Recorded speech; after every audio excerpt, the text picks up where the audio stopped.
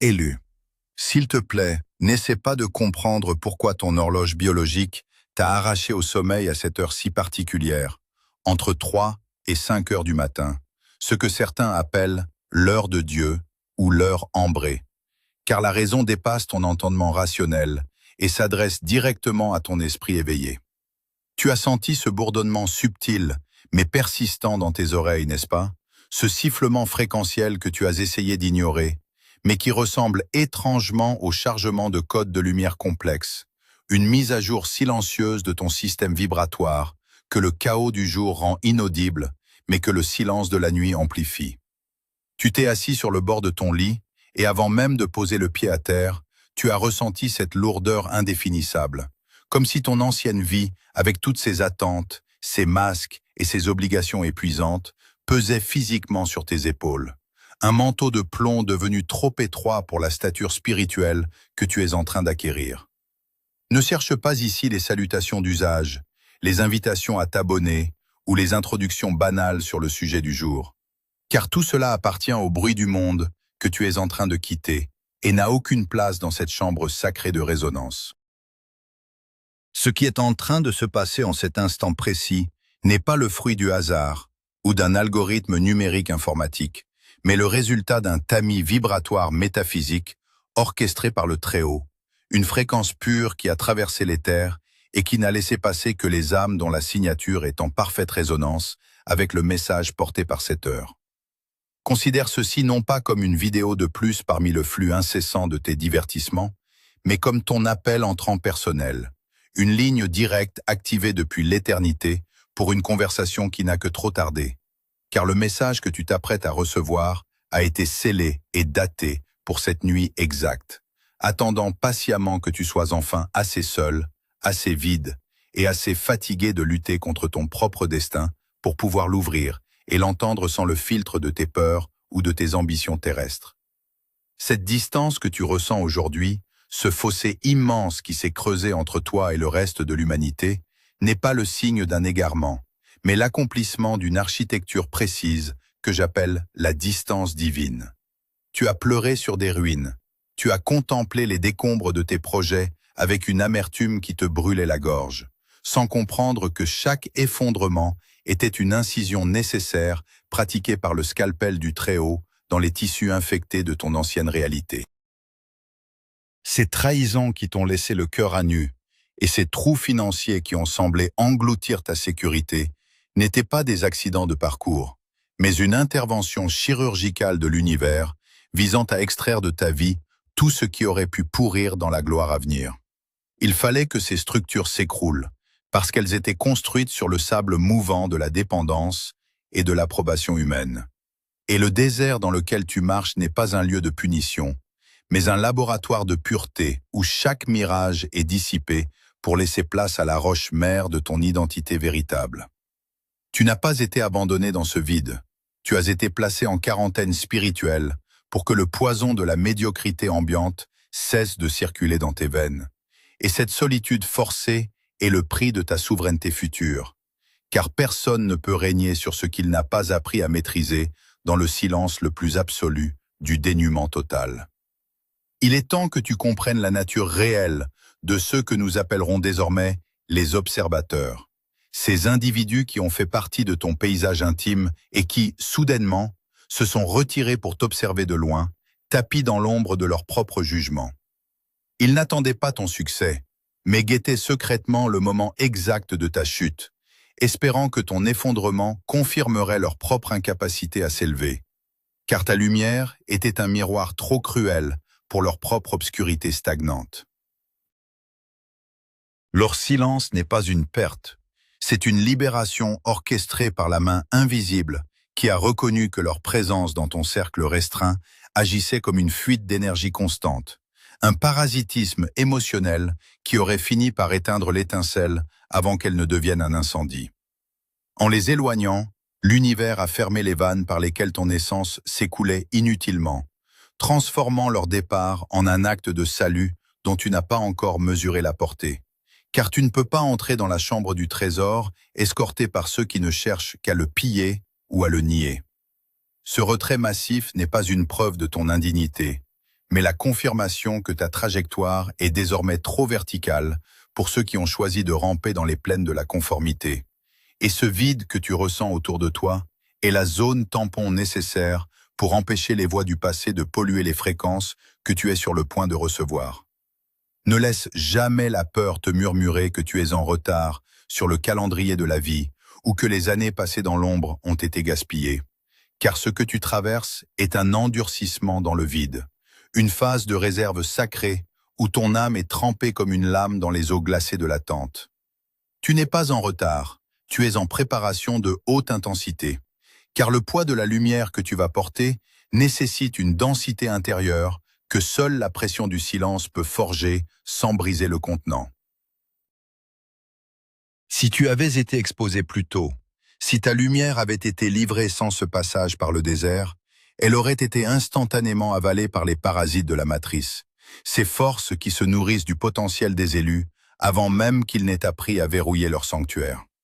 Tu as été caché, mis sous scellé, protégé par un voile d'insignifiance apparente, afin que ta signature vibratoire se densifie dans l'obscurité protectrice, loin des regards indiscrets et des mains qui cherchent à s'approprier ce qu'elles n'ont pas aidé à cultiver.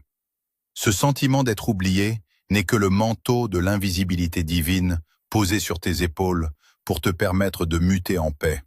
Car le saut quantique qui t'attend exige une intégrité structurelle que l'agitation du monde aurait irrémédiablement compromise. Regarde ce désert non plus comme une terre aride, mais comme le socle de marbre sur lequel ton nouveau temple est en train d'être érigé, pierre par pierre, dans le secret le plus total de l'architecture de l'invisible. Ce que tu ressens dans la profondeur de tes fibres en cet instant n'est pas une simple transition psychologique ou une phase de motivation passagère, mais une mécanique de déplacement radical, un basculement tectonique de tes fondations mêmes que j'appellerais une reprogrammation profonde de ton ADN spirituel. Et ces cellules, autrefois programmées pour la survie, la lutte permanente et la peur au sein de la troisième dimension, sont actuellement soumises à un bombardement de fréquences nouvelles qui force une mutation alchimique dont tu ressens les secousses jusque dans tes os et ton système nerveux central. Ce changement n'est pas le fruit de tes efforts acharnés, de tes lectures studieuses ou de tes exercices de volonté, car la volonté humaine est une force de friction qui ne peut produire que de la fatigue et de l'épuisement. Ce qui se produit ici est l'entrée solennelle dans la condition du kairos, ce temps divin hors du temps, où l'opportunité suprême et la préparation silencieuse se fondent en un seul point de lumière incandescente. Tu as cessé de nager avec douleur à contre-courant du fleuve de ton destin pour devenir le fleuve lui-même. Et c'est précisément parce que ta signature vibratoire a enfin atteint le point de fusion avec la fréquence de la ressource céleste que les écluses qui retenaient ta vie sont en train de céder sous la pression de l'éternité. Tu n'as plus besoin de frapper humblement aux portes des hommes, car dans cette nouvelle configuration de ton être, les portes du destin sont littéralement arrachées de leur gonds par la seule puissance de ton alignement intérieur, laissant place à une ouverture béante que personne, aucune force de l'ombre, aucun obstacle matériel ne pourra plus jamais envisager de refermer.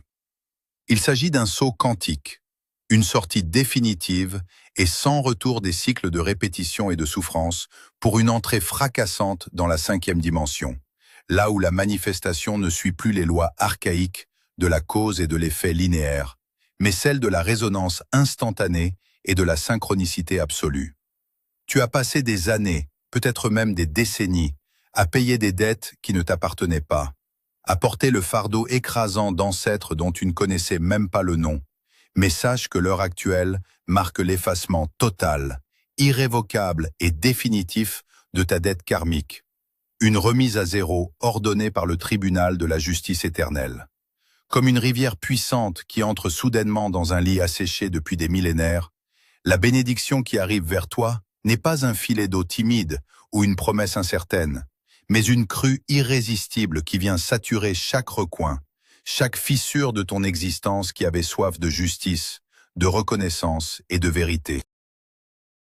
Tout ce qui était bloqué par des forces invisibles, tout ce qui était retenu par des verrous de fer et des décrets d'empêchement spirituel, est désormais libéré parce que tu as cessé d'être celui qui demande avec crainte pour devenir celui qui incarne avec autorité.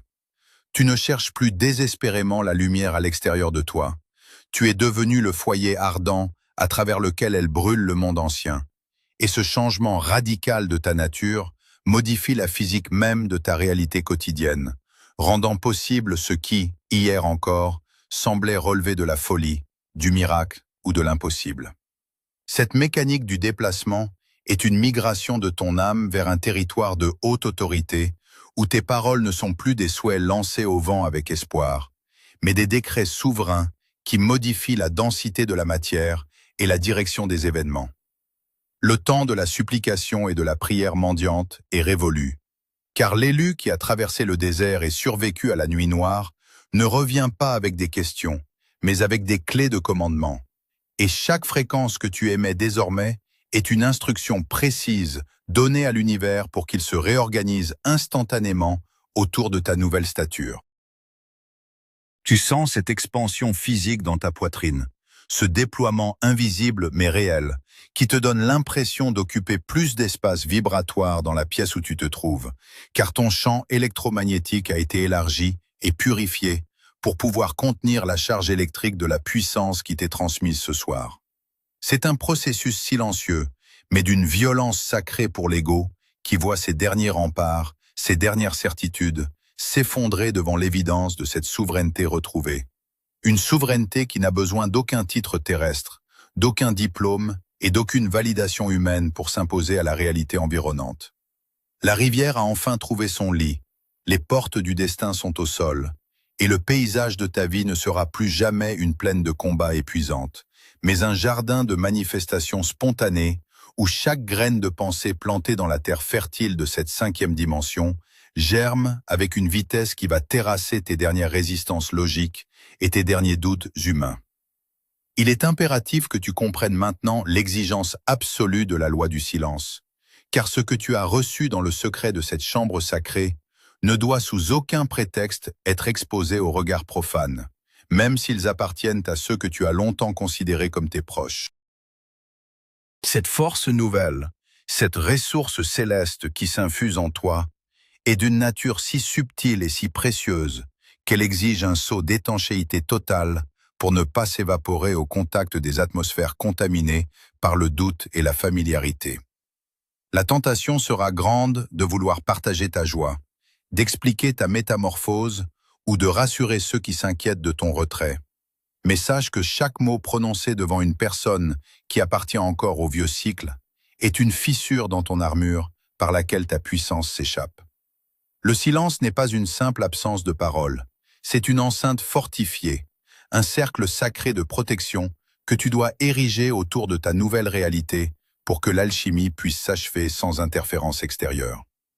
Ceux qui font partie de ton passé, même les plus intimes s'ils n'ont pas encore franchi le seuil de cette fréquence, sont structurellement incapables de percevoir la valeur de ce que tu portes. Ils ne verraient en ton trésor que de la poussière ou de l'arrogance, et leur incrédulité agirait comme un acide sur la membrane délicate de ton éveil. Tu dois apprendre à marcher parmi eux comme un étranger bienveillant mais muet, gardant tes perles cachées dans les replis de ton âme, car l'heure n'est plus à l'enseignement ou à la persuasion, mais à la préservation jalouse de ton intégrité vibratoire. Tu dois rester d'une vigilance extrême face à la menace invisible mais réelle que représente ton ancien entourage, car ces êtres que nous nommons les vampires d'énergie ressentent instinctivement que le sol sur lequel ils s'appuyaient autrefois est en train de se dérober. Ils percevront, sans pouvoir le nommer, le changement radical de ta signature énergétique, et ils tenteront par tous les moyens, consciemment ou non, de te sonder pour vérifier si tu es toujours accessible à leur contrôle ou à leurs besoins parasitaires.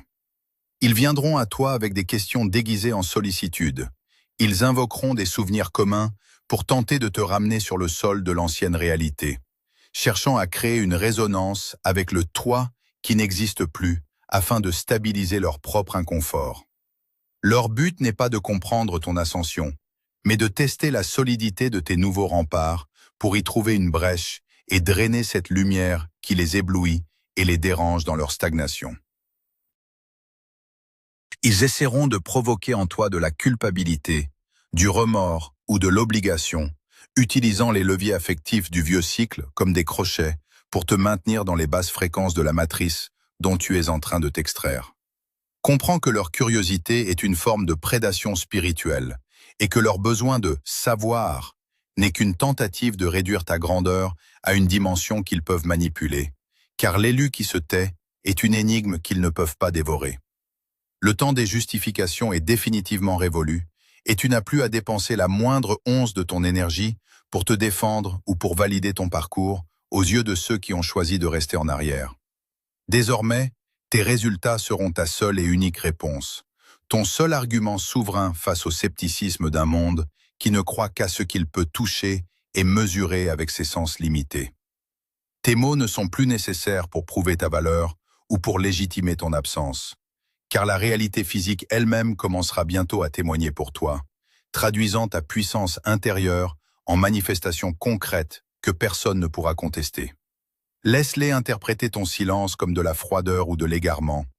Laisse-les murmurer dans ton dos au sujet de ton changement d'attitude, car pendant qu'ils s'épuisent en conjectures stériles, tu consolides les fondations d'un empire qui les laissera sans voix.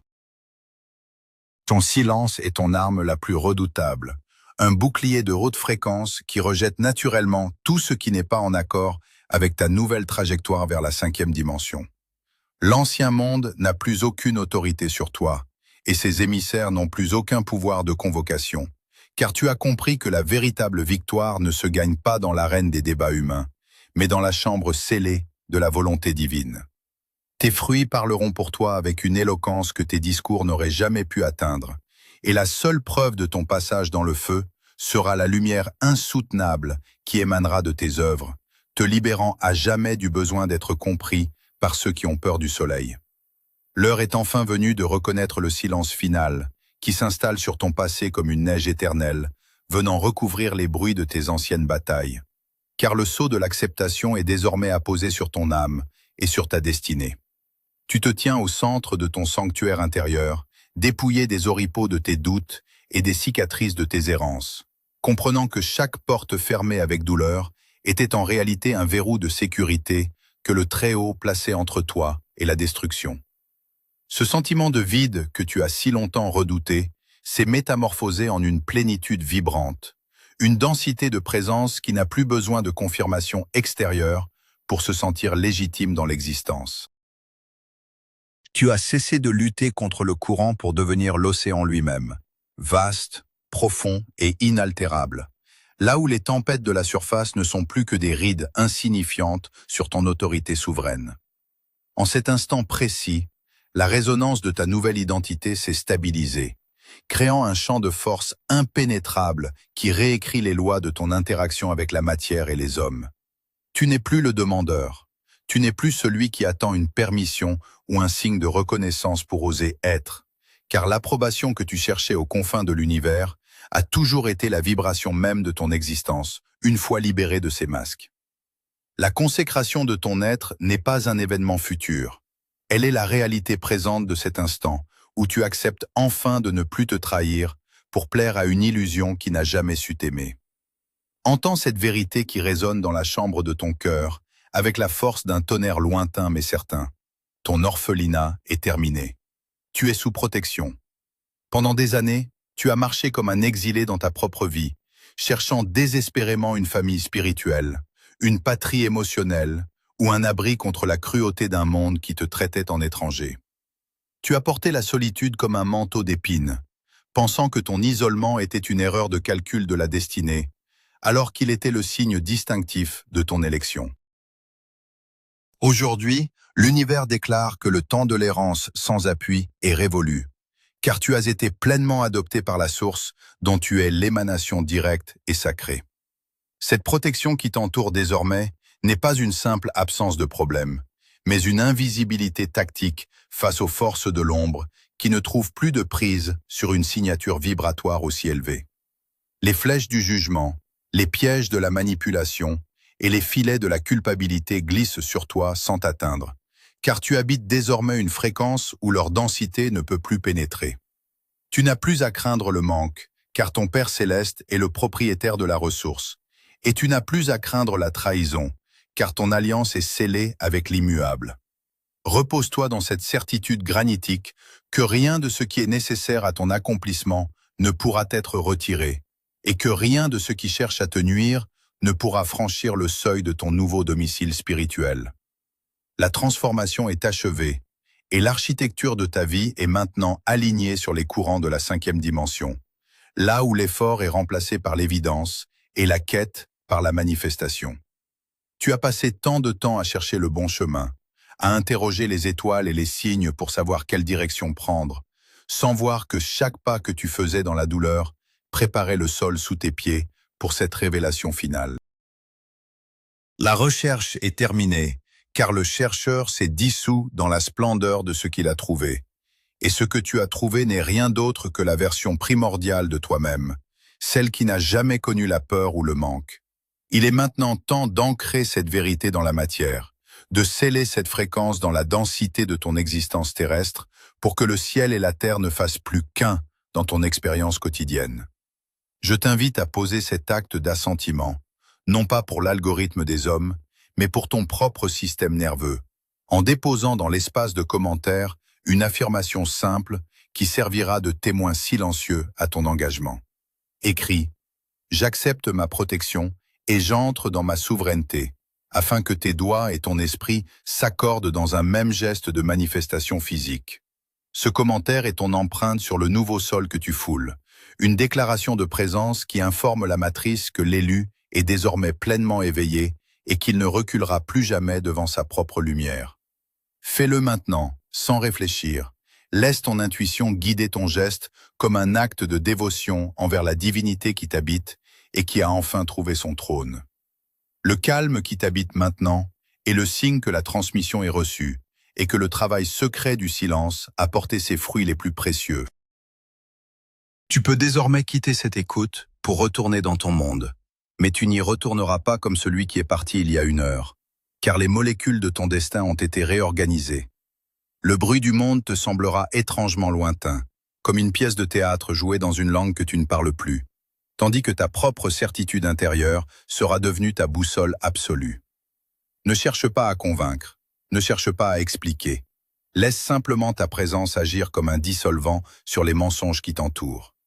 Tu es devenu un pilier de lumière dans un monde d'ombre, une station de transmission pour les hautes fréquences, et ta seule tâche est de rester fidèle à cette immobilité sacrée que tu as découverte ce soir. Regarde une dernière fois la porte que tu as fermée.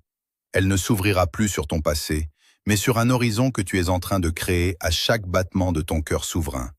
La longue nuit de l'attente est derrière toi, et l'aube qui se lève ne ressemble à aucune autre, car elle ne vient pas de l'extérieur, elle émane de ton propre centre radieux. Tu ne cherches plus le chemin, tu es le chemin.